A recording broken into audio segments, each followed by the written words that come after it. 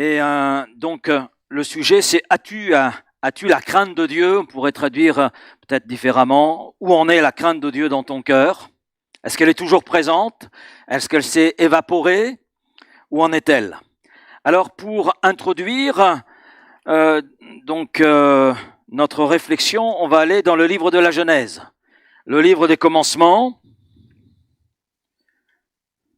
C'est d'ailleurs ce que signifie le mot Genèse, commencement, Genesis. Et donc, on va au chapitre 3, à partir du verset 8.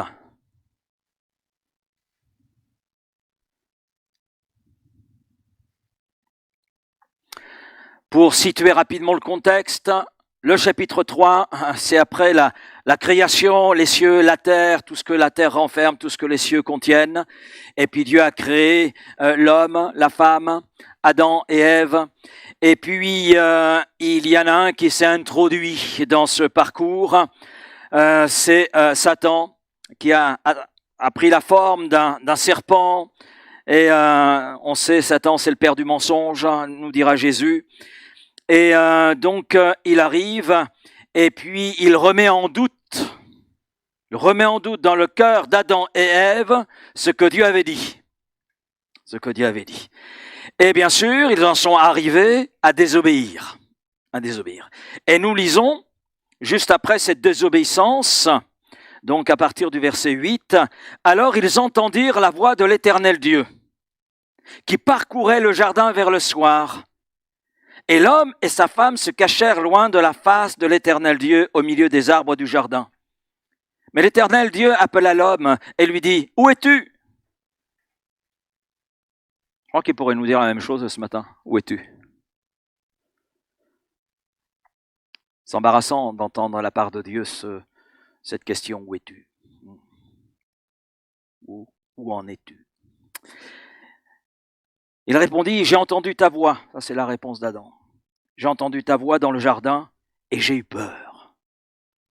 Parce que je suis nu et je me suis caché. » Et l'Éternel Dieu dit, « Qui t'a appris que tu es nu?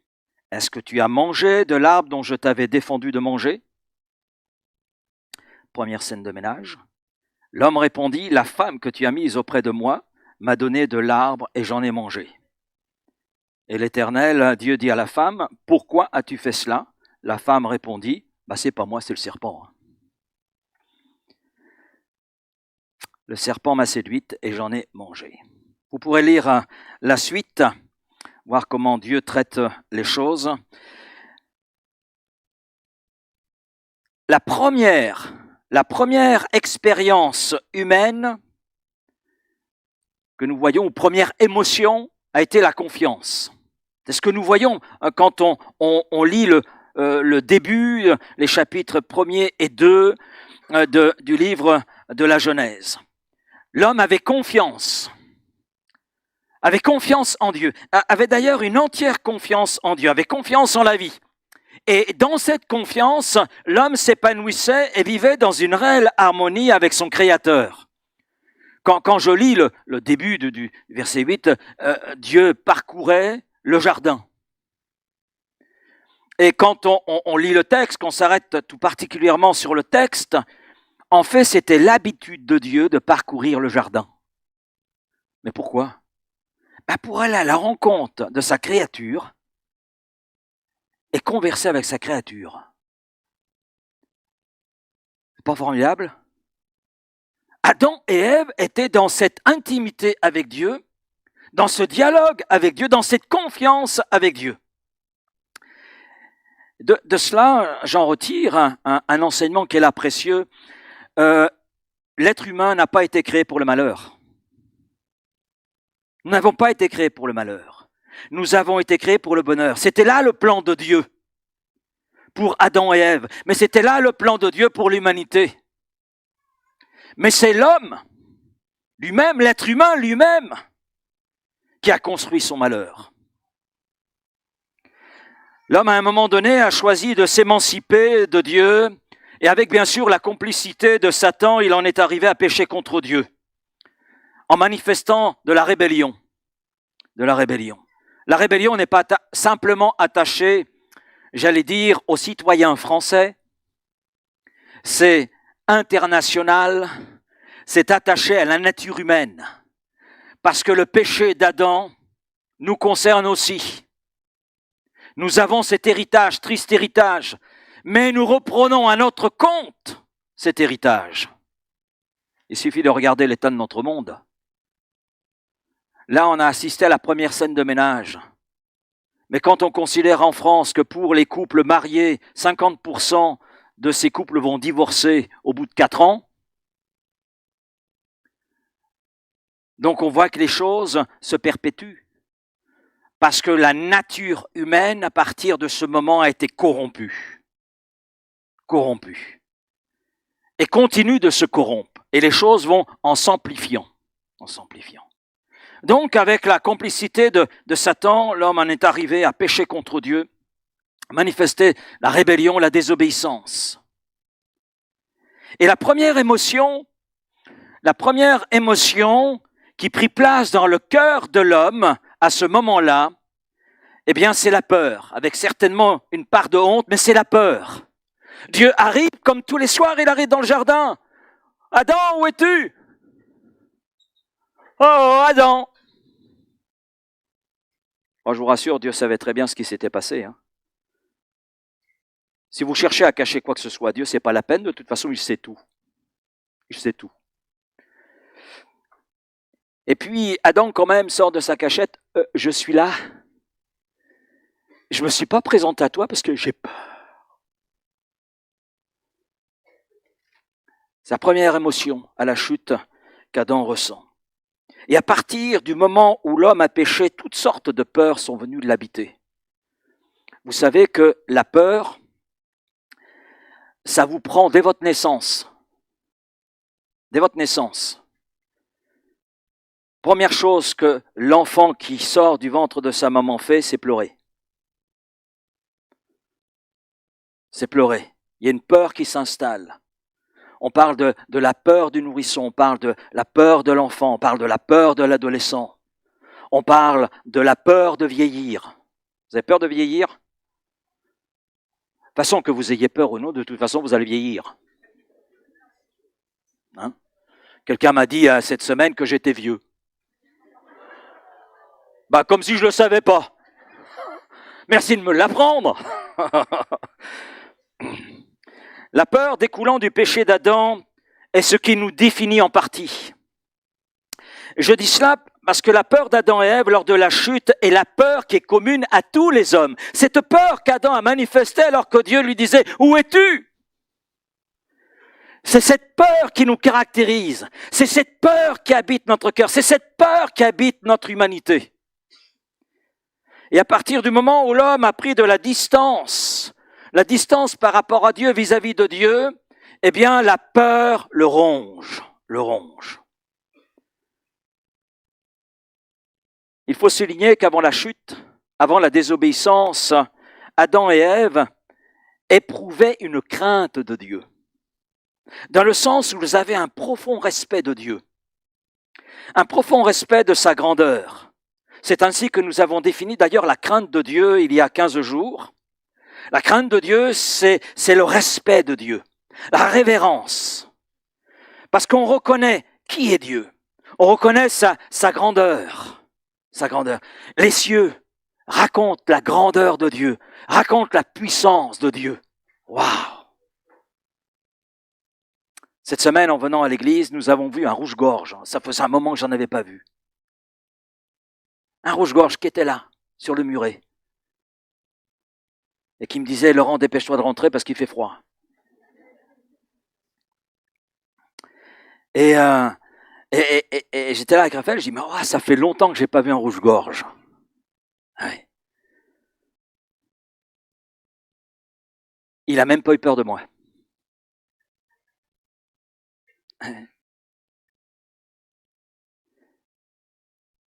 Et contemplant cela, je me dis, mais Seigneur, combien c'est beau. Combien c'est beau. Combien la nature est encore un peu belle. Oui, parce qu'il a fallu que l'homme mette sa main et ça se détériore sérieusement. Mais la nature nous révèle la puissance, la gloire de Dieu, la grandeur de Dieu. Adam et Ève savaient qui était Dieu. Adam et Ève savaient de qui ils étaient. Ils savaient qu'ils étaient créatures de Dieu. Vous le savez cela? Je vous le dis parce que vous êtes descendus de l'arbre. Hein. Ouais. Heureusement d'ailleurs. Hein. Bon, je sais que personnellement, j'aime beaucoup les bananes, mais ça ne veut pas dire pour autant, parce que j'aime les bananes, que je descends.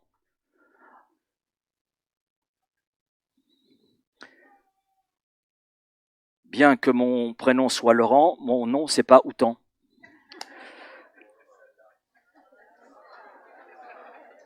Oh. Markel était facile. Donc, Adam et Ève savaient qui était leur créateur, ils savaient de qui ils venaient, ils savaient qui était Dieu, ils connaissaient la grandeur de Dieu, ils vivaient dans le jardin d'Éden. Éden, ça veut dire le jardin des délices. Quand je vois aujourd'hui la souffrance que c'est pour cultiver quelques pommes de terre ou quelques tomates, je me dis, waouh, ils avaient tout sous la main. C'est extraordinaire. Et on voit à travers cela la gloire de Dieu, on voit l'amour de Dieu. Et Adam et Ève avaient une révérence profonde, une confiance totale. Et cela est exprimé de façon très belle. Ça me rend d'ailleurs jaloux. Bon, la jalousie, c'est pas une bonne chose. Priez pour moi que je ne sois plus jaloux. Mais je suis jaloux parce que Dieu venait rencontrer Adam et Ève tous les soirs. Ils étaient là dans une complicité, dans une intimité, dans une amitié, dans une conversation fraîche. J'imagine, je ne sais pas si... je suis un peu peut-être trop imaginatif, peut-être, mais j'imagine les balades dans le jardin, Adam et Ève se baladant dans le jardin avec Dieu.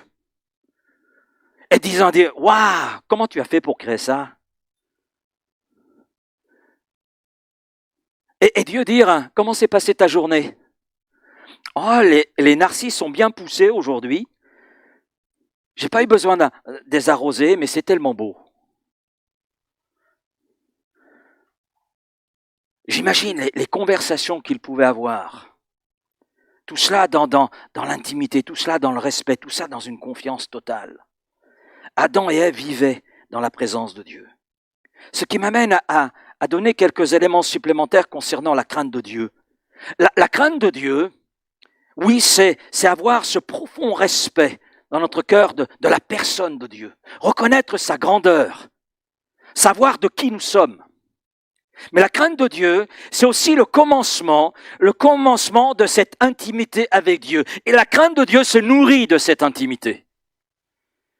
Et ça va mieux ressortir tout à l'heure. Parce que je dirais que sans la crainte de Dieu dans notre cœur, il n'y a pas d'intimité avec Dieu. Vous savez, des gens, quelle prétention. C'est le cœur de l'homme. Mais moi, votre Dieu, j'y crois pas. D'abord, il n'existe pas. Qu'est-ce que vous répondez à cela? Vous croyez au vent? À quoi ressemble le vent? Donnez-moi une description du vent. À quoi il ressemble?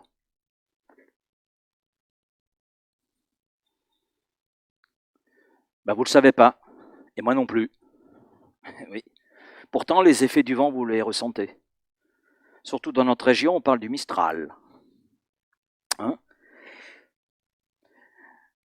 La crainte de Dieu, c'est le commencement de cette intimité avec Dieu. Et la crainte se nourrit de cette intimité. Et puis la crainte de Dieu, c'est l'expression aussi de notre confiance en Dieu. Adam et Ève étaient dans une totale confiance en Dieu, qu'ils reconnaissaient comme leur créateur, dont ils reconnaissaient toute la grandeur, dont ils reconnaissaient l'amour pour eux-mêmes.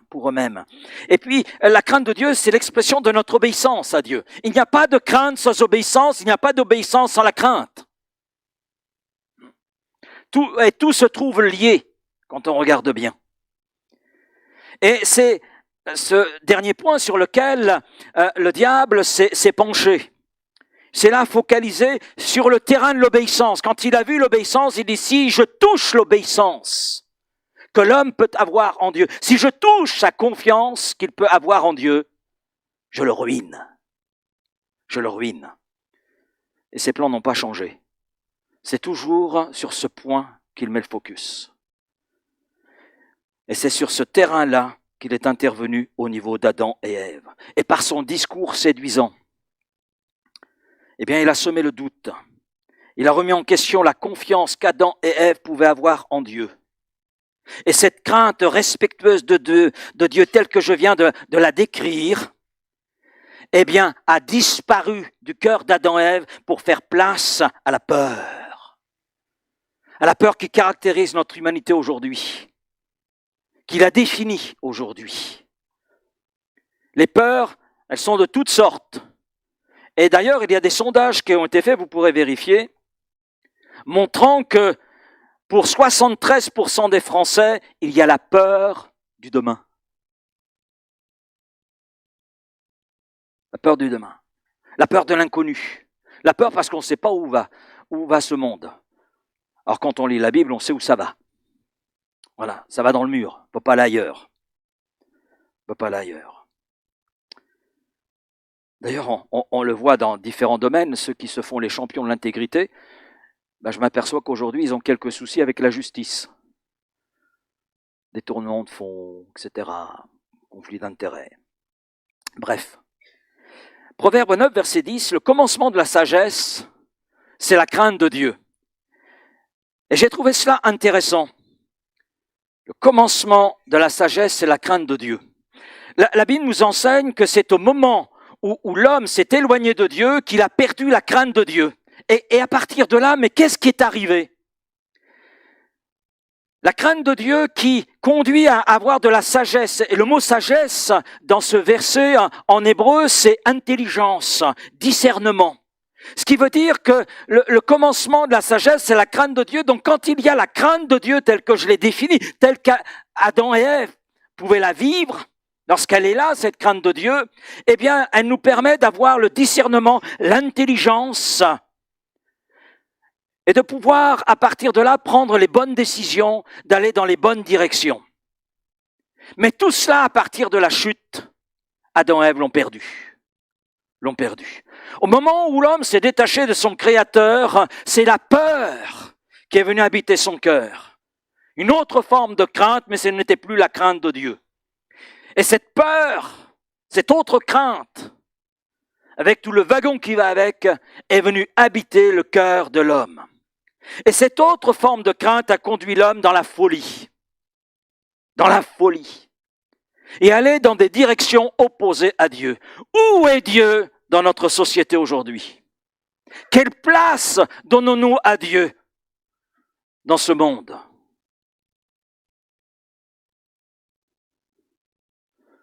Alors je vais être plus précis. Quelle place donnes-tu à Dieu dans ta vie?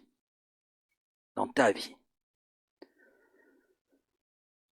Romains, chapitre 1er, je vais lire le texte dans une version un peu plus moderne. Parce que c'est l'apôtre Paul qui justement vient appuyer ce que je viens de dire finalement. Mais ce que je viens de dire est appuyé sur la parole de Dieu. Donc Paul confirme ce que l'Ancien Testament a pu la démontrer, que l'homme, à partir du moment où il s'émancipe de Dieu et veut vivre sa vie, il sort du terrain de la crainte de Dieu et il devient fou. Il devient fou. Et Paul l'a compris cela. Depuis la création du monde, les œuvres de Dieu parlent à la pensée et à la conscience des hommes de ces perfections invisibles. Quiconque sait regarder peut y discerner clairement sa divinité et sa puissance. Aussi, depuis les temps anciens, les hommes qui ont sous les yeux la terre et le ciel et tout ce que Dieu a créé ont connu son existence et son pouvoir éternel. Donc les hommes n'ont donc aucune excuse de dire qu'ils ne savent pas si Dieu existe. Ils ont eu conscience de Dieu. Ils ont su qu'il existait, mais ils ont refusé de l'adorer, lui le seul digne d'adoration, ou même de le remercier pour ses dons. Ils se sont alors perdus dans des raisonnements insensés et des spéculations futiles. À force de sonder le néant, c'est-à-dire ce qui est vide, et de discuter dans le vide, leur pensée s'est égarée. Leur intelligence s'est dégradée, leur esprit borné est devenu la proie des ténèbres. Plus ils se prétendent intelligents, plus ils se sont enfoncés dans leur folie, cachant leur ignorance sous les grands mots de science ou de philosophie. Au lieu d'adorer le Dieu impérissable et glorieux, ils se sont fabriqués des idoles, images d'hommes mortels, d'oiseaux, de quadrupèdes et de reptiles. Voilà l'objet de leur adoration. C'est pourquoi Dieu les a abandonnés à eux-mêmes, pour être le jouet des passions et des convoitises de leur cœur. Il les a laissés s'enliser dans l'immoralité, de sorte qu'ils ont avilé leur propre corps. Cela est arrivé parce qu'ils ont délibérément troqué ce qu'ils savaient être la vérité sur Dieu contre le mensonge. Ils ont choisi d'offrir leurs hommages et leurs cultes à des divinités de leur invention. Ils ont servi la créature au lieu du Créateur, seul digne de louange et d'adoration dans toute l'éternité. Oui, c'est vrai, dit Paul. Romains chapitre 1er, verset 20, donc à 25. Quand la crainte de Dieu, telle que nous la voyons avant la chute, n'est plus dans le cœur de l'homme, l'homme devient fou. Et au texte que Paul nous donne, de Romains chapitre 1er, nous pouvons ajouter la suite du texte de la Genèse, parce qu'il y a une suite. Oui, là, Dieu, à travers sa parole, est très honnête avec nous. Très honnête avec nous. Nous avons l'épisode des enfants d'Adam et Ève. Vous connaissez leur nom? Caïn et Abel. Caïn et Abel. Et nous voyons quoi? Nous voyons Caïn tuer son frère Abel. Mais c'est une folie. C'est une folie. Plus loin, nous voyons l'humanité sombrer dans la méchanceté à tout va. On voit cela dans Genèse 6. Et nous avons le constat de Dieu, verset 5 de ce chapitre 6. L'Éternel vit que la méchanceté des hommes était grande sur la terre, et que toutes les pensées de leur cœur se portaient chaque jour uniquement vers le mal.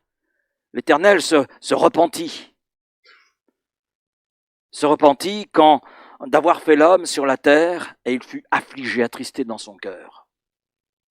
Et le comportement de cette humanité à l'époque de Noé a conduit au jugement de Dieu par le déluge. Et seules 8 personnes, Noé et sa famille, ont échappé. Parce que Dieu a vu dans le cœur de Noé une autre disposition que celle qui était exprimée, manifestée par le reste de l'humanité. Et ce n'est pas terminé. Ce n'est pas terminé. Si je parle de la période de Noé, ce n'est pas par hasard, parce que Jésus, justement, reprend ce qui s'est passé à l'époque de Noé. Et il déclare que la période qui va précéder son retour, parce que Jésus revient. Oh non, mais moi je veux vivre ma vie. Mais ta vie sans Jésus est une folie, hein? Eh oui. Regarde, Adam et Ève. Regarde Caïn et ceux qui ont suivi. Ils ont voulu vivre leur vie sans Dieu. Oh, franchement, ça te donne envie? Moi non. Moi non. Moi non. Et on s'aperçoit donc que quand Jésus va revenir, et il revient, amen, notre humanité sera semblable à ce qui était à l'époque de Noé au moment du déluge. Matthieu 24, les versets 36 et suivants. Et comme ce n'était pas suffisant, on trouve aussi les mêmes choses dans Luc 17. Et c'est Jésus qui parle.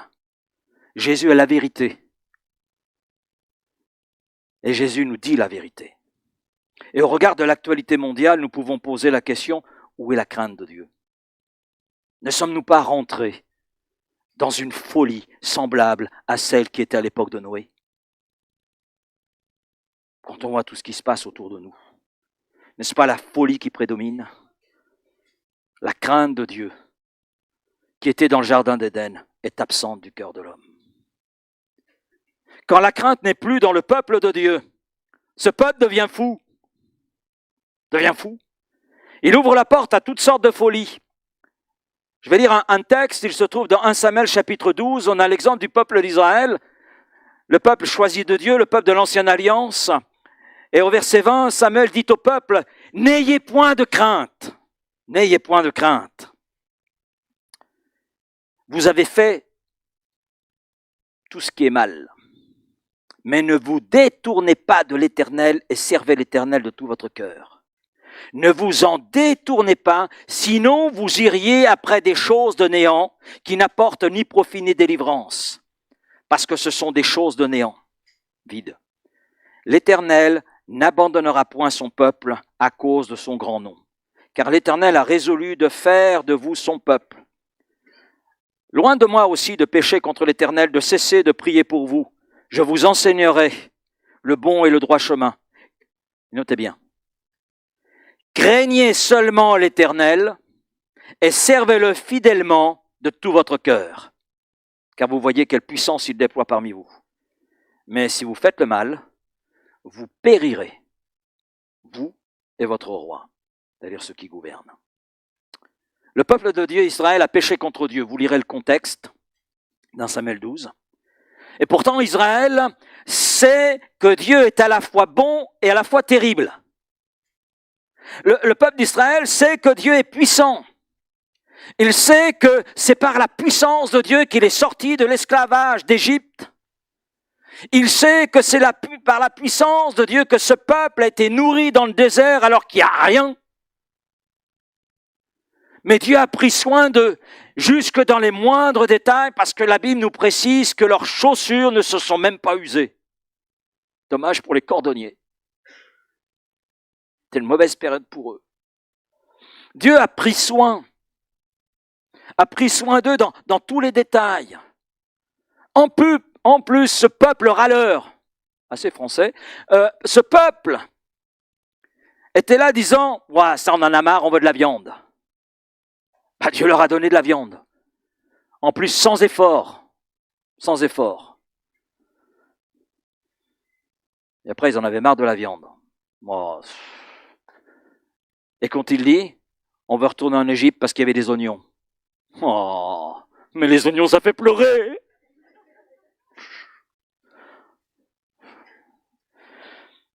Ouais. Tout cela, le peuple le sait et l'a vu. L'Église de Jésus-Christ est le peuple de la Nouvelle Alliance, établi en Jésus-Christ. Mais nous savons aussi ces choses. Nous savons que Dieu est à la fois bon et terrible.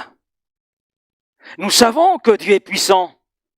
Nous savons que Dieu est un Dieu saint, que Dieu est un Dieu juste, un Dieu qui nous aime puisqu'il a envoyé ce qu'il avait de plus précieux pour notre salut, à savoir Jésus-Christ. À quoi ressemble Dieu? Regarde Jésus. Regarde Jésus, qui est le Messie, l'envoyé de Dieu. À travers Jésus, tu vois qui est Dieu. Tu vois son amour, tu vois sa grandeur, tu vois sa puissance. Peuple de Dieu, tu sais cela? Rassurez-moi. Bon, il y en a au moins quelques-uns qui le savent. Donc Bernard, on a encore du boulot. Le prophète Samuel dit au peuple, c'est verset 20, c'est vrai, vous avez fait le mal, c'est vrai. C'est vrai, vous avez péché contre Dieu. Mais là, Samuel est en train de dire en quelque sorte, et je n'abîme pas le texte en disant cela, mais ne faites pas comme Adam et Ève. Ne vous détournez pas de Dieu, parce que cela vous conduirait à devenir fou. Vous conduirait dans des voies de folie. Revenez auprès de Dieu, parce qu'il est plein de grâce. Amen. De faveur que nous ne méritons pas, mais parce qu'il a choisi de nous aimer, eh bien, il nous accorde le pardon. Maintenant, ce n'est pas un pardon discount. C'est un pardon qui a coûté la mort de Jésus. Et c'est un pardon qui nécessite la repentance. Ouais, c'est important parce qu'aujourd'hui, on oublie cet aspect. Comment t'es venu à Jésus? Oh, il a fait ça, je le suis. Je crois qu'il y a plus que cela. Plus que cela. Regardez avec moi ce que dit Samuel au verset 21. Ne vous en détournez pas de Dieu. Sinon, vous iriez après des choses de néant, qui n'apportent ni profit ni délivrance, parce que ce sont des choses de néant, c'est vide, vide de réalité, vide de vérité, c'est vide. Vous savez ce qu'est le vide? C'est le rien. Oui, le vide, c'est le rien. Et Samuel expose dans quoi Dans quoi ou à quoi s'expose le peuple s'il se détourne de Dieu? Il va vers des choses de néant. Alors dit autrement, Samuel explique au peuple que s'il se détourne de Dieu, il va s'inventer toutes sortes d'autres dieux imaginaires qui finalement va conduire ce peuple à la ruine, à la destruction. Rien de nouveau sous le soleil. Hein. Je pense dans l'hindouisme, il y a plus de 1000 divinités. Et je suis sûr que celui qui est plongé dans l'hindouisme est incapable de citer les 1000 divinités. Est-ce que c'est meilleur ailleurs? Non. Alors attention, ne disons pas, mais nous, on est meilleurs. Il y a des dieux que l'on se construit, des dieux imaginaires, le dieu matérialisme, par exemple. Eh oui, le dieu argent, le dieu confort, etc., etc. C'est des petits dieux, cela, qui prennent quelquefois tellement de place qu'on oublie qui est le vrai Dieu. Et qui nous font perdre de vue qui est le vrai Dieu. Quand un chrétien ou une église se détourne de Dieu, il se confie alors dans des choses vaines, creuses. Il se confie dans des choses qui n'apportent ni la paix, ni la délivrance, mais une peur et une détresse qui deviennent encore de plus en plus profondes. Et le risque est grand. Verset 25. Mais si vous faites le mal, vous périrez, vous et votre roi. Alors je trouve cette parole terrible, mais Dieu est juste. Hein. Dieu nous dit la vérité. Dieu, ça ne fait pas toujours plaisir, la vérité. Vous avez remarqué cela? Non, je suis le seul à avoir remarqué. Bon. Quand la Bible parle de faire le mal, on comprend, on conçoit ce que ça veut dire. Faire quelque chose de mauvais. Faire quelque chose qui n'est pas bien. Faire quelque chose qui n'est pas conforme à ce que Dieu nous dit à travers sa parole. On comprend cela. Hein? Guette, ce matin, m'a mal parlé quand je suis arrivé dans l'église. Bon, c'est un exemple. Voilà. Juste un exemple. Voilà. On comprend ce que ça veut dire, mais ça va plus loin lorsque Dieu dit cela. C'est ne pas faire ce que Dieu veut que nous fassions. Eh oui. Le mal, c'est ne pas faire ce que Dieu veut que nous fassions. On peut appeler ça la désobéissance. Et la désobéissance, c'est exactement ce que Adam et Ève ont manifesté dans le jardin d'Éden. Et c'est ce que le peuple d'Israël, dans 1 Samuel 12, a également manifesté. Bon, on va poursuivre sur une bonne note, vous êtes d'accord? Là, je vous sens dépressif. Un chemin de restauration de la crainte de Dieu. L'appel de Samuel est l'appel du cœur. Et derrière les paroles de Samuel, c'est Dieu qui parle à son peuple. Parce que je crois en la pleine inspiration des Écritures. Et je crois que Samuel a exprimé les choses parce qu'il était inspiré par Dieu. Et parce que le peuple avait besoin d'entendre cela. Et je crois que nous avons aussi besoin de l'entendre, si on est honnête avec nous-mêmes. Et Dieu manifeste son cœur à l'égard de son peuple, manifeste son amour.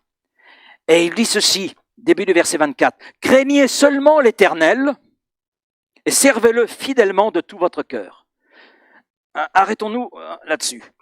Craignez seulement l'Éternel. La crainte de Dieu est ce qui doit être prioritaire, seulement, uniquement, premièrement. Craignez premièrement, seulement l'Éternel. Ça doit être une priorité dans notre vie. Mais, pour qu'il y ait ce seulement, il faut qu'il y ait ce qu'il y a avant, craignez. C'est-à-dire, revenez à Dieu avec un cœur repentant et vous trouverez la paix. Vous entrerez tout à nouveau dans le chemin de la restauration de la crainte de Dieu en vous et vous retrouverez cette relation qu'Adam et Ève ont perdue. Et là, je dis Amen. Amen. Craignez seulement, la crainte de Dieu doit être une priorité. La crainte de Dieu doit prioritairement habiter notre cœur. Est-ce que la crainte de Dieu, telle que nous l'avons définie, est une priorité dans ton cœur? Est-ce que la priorité de l'Église locale est la crainte de Dieu? L'Éternel est le seul digne de révérence. L'Éternel est le seul digne de confiance. L'Éternel est le seul digne d'une totale confiance. Le seul digne d'obéissance. Parce qu'il n'est pas un homme pour mentir. Et parce qu'il est notre Créateur. Parce qu'il est celui qui nous aime d'un amour tellement grand que ça nous est même difficile de tout imaginer, de tout comprendre. Quand je lis Jean 3,16, car Dieu a tant aimé le monde, moi le mot tant me parle d'intensité, me parle de profondeur. Et je me dis, Seigneur, je ne connais pas encore toute la dimension de ton amour, mais le peu que je peux connaître, le peu que je peux vivre, combien je te suis reconnaissant. Et là, je n'ai pas envie de te lâcher. Parce que cet amour-là, il n'existe pas sur cette terre. Il n'est qu'en toi et en toi seul. L'Éternel est le seul digne de révérence. Pourquoi ? En raison de qui il est. En raison également de tout ce qu'il a fait en Jésus-Christ. Et Samuel, conduit par le Saint-Esprit, poursuit « Servez-le fidèlement. Servez-le fidèlement de tout votre cœur. » Il se répète un petit peu, il insiste, mais doit sur quelque chose, me semble-t-il, d'important, parce que le mot « fidèlement » qui est utilisé dans ce texte parle aussi de sécurité, de bonne foi, de faire les choses de tout notre cœur. Alors on pourrait traduire « Servez-le de tout votre cœur et de tout votre cœur. » Vous me suivez ? Donc il insiste. Et la crainte de Dieu, c'est vrai, conduit un cœur à servir Dieu. À servir Dieu. Exactement comme nous le voyons avec Adam et Ève dans le jardin d'Éden avant leur désobéissance. Alors qu'ils avaient pris toute la mesure de qui était Dieu, toute la mesure de la grandeur de Dieu. Servez l'Éternel avec crainte et réjouissez-vous avec tremblement. Le psaume 2, verset 11. Servez l'Éternel avec crainte. Un jour, quelqu'un m'a dit, mais c'est facile pour vous de parler. Vous êtes prédicateur, vous êtes fait pour ça. Non, je ne suis pas fait pour ça. Je ne suis pas fait pour parler. Et heureusement. Parce que parler, c'est blabla. Le Seigneur m'a appelé à le servir. À être à son service. Et il y a toujours, et je crois que Bernard pourrait aussi en témoigner, quand on monte au pupitre, il y a toujours cette crainte qui est là dans notre cœur. Parce qu'on a une responsabilité qui est bien exposée dans la parole de Dieu. Celui qui enseigne sera jugé plus sévèrement que les autres. Plus sévèrement. Et c'est une parole qui vient de la part de Dieu. Donc c'est quelque chose que l'on prend au sérieux. Ce qui veut dire que la personne de Dieu, la parole de Dieu, on doit la prendre au sérieux. Donc c'est plus que parler. Et là, il n'est pas question dans ce que dit Samuel de servir 3 matins et puis le 4e matin, on oublie le Seigneur et on prend sa vie comme bon nous semble. Non. Ça, c'est les choses qui arrivent. Il ne s'agit pas non plus de se servir de Dieu. Oui, Dieu n'est pas le distributeur de bénédictions automatiques. On met notre petite pièce, la petite prière, voilà, on ajoute la formule dans le nom de Jésus et hop, on réceptionne la bénédiction. Non, Dieu n'est pas ça. Ça, c'est se servir de Dieu, c'est pas servir Dieu. C'est pas la même chose. Donc il s'agit de le servir fidèlement, dans la durée de toute notre vie. Et le mot, d'ailleurs, fidélité, renferme différentes définitions, différents synonymes en hébreu, mais il y a 2 notions qui sont là importantes de ce mot fidélité. C'est vérité et fermeté. Vérité et fermeté. Vérité pour parler de la disposition de notre cœur, et fermeté, ça nous parle de la durée. De la durée. Et bien sûr, entre les deux, vous avez ces synonymes, intégrité, assurance, bonne foi, sécurité. Amen. La fin du verset 24. Car voyez, ou considérez, on peut traduire comme cela, quelle puissance. Alors je me suis arrêté sur le mot puissance en hébreu dans ce texte, et en fait c'est considérer quelle grande chose, quelle chose magnifique, quelle gloire il déploie parmi vous. Ça prend un autre sens, car voyez. C'est pas simplement porter un regard furtif, non, c'est considérer. Considérer, prendre le temps de voir les choses. Samuel est en train de dire, faites un retour en arrière. Repassez tout ce que Dieu a fait, tout ce qu'il vous a accordé, tout le soin qu'il a eu pour vous alors qu'il n'était pas obligé, mais il l'a fait uniquement par amour. Toute l'étendue de sa patience envers vous. Est-ce que Dieu est patient envers vous? Heureusement, hein? Ben, je ne parle pas pour vous, je parle pour moi. Oui. Et il invite le peuple d'Israël à voir, mais à réaliser la puissance que Dieu a déployée pour eux, à mesurer que ce que Dieu a fait, c'est pas du discount, hein? C'est des choses magnifiques, de grandes choses, des choses glorieuses. Ce peuple est incapable de sortir d'Égypte. Ça faisait déjà des années qu'il était sous l'esclavage. Il pleurait. Ils en avaient marre des oignons. Même si ça apporte un peu de vitamines, les vitamines étaient vite dépensées en raison des travaux qui leur étaient imposés. Ils ont crié à Dieu. Et Dieu a entendu leurs cris. J'aime beaucoup cette parole. Dieu a entendu leurs cris. Et il a suscité un libérateur en la personne de Moïse. Et il a fait sortir ce peuple. De quelle manière? Là aussi, c'est extraordinaire. Dieu fait sortir son peuple, mais en le faisant sortir, Dieu pense à la suite. Ils sont sortis riches, plus riches que les Égyptiens. Et cette richesse était pour construire le tabernacle. Quand on voit la façon dont a été construit le tabernacle, on se dit, mais d'où ils ont sorti cette richesse là dans le désert? Hein? Dieu avait tout prévu, tout organisé. Parce que quand Dieu fait des choses dans une vie, c'est des choses magnifiques et glorieuses. Amen. C'est de grandes choses qui manifestent qui il est. Qui il est. Comme le peuple d'hier, le peuple d'aujourd'hui, l'Église, ainsi que chacun d'entre nous, nous sommes invités à regarder les choses magnifiques, les choses grandes, glorieuses que Dieu a accomplies dans nos vies. J'ai entendu une sœur ce matin prier, je me souviens du jour où tu es venu. Vous vous souvenez, frères et sœurs, du jour où Dieu est venu à votre rencontre, entre nous. Est-ce que nous méritions cette rencontre? Personne en ce lieu, moi compris, ne peut dire nous méritions que Dieu nous visite. Personne. Dieu a choisi de nous visiter parce qu'il a vu la détresse qui était la nôtre. Il a vu la détresse de mon cœur. Il a vu dans quelle folie ma vie se trouvait. Et il est venu me rejoindre en disant, Laurent, viens et suis-moi. C'est exactement la parole que j'ai entendue, la part du pasteur de Mester qui, il y a peu, quelques jours en arrière, a rejoint son Sauveur. Viens et suis-moi. Parole de Jésus adressée à quelques disciples. Et quand j'ai entendu ces paroles, moi qui sortais d'un arrière-plan catholique où les idoles, ça pleut, eh bien j'ai réalisé que quelqu'un m'aimait, que quelqu'un avait déployé une puissance, une énergie, mais un amour si grand que je ne pouvais lui dire « Oui, j'arrive, je viens, je viens ».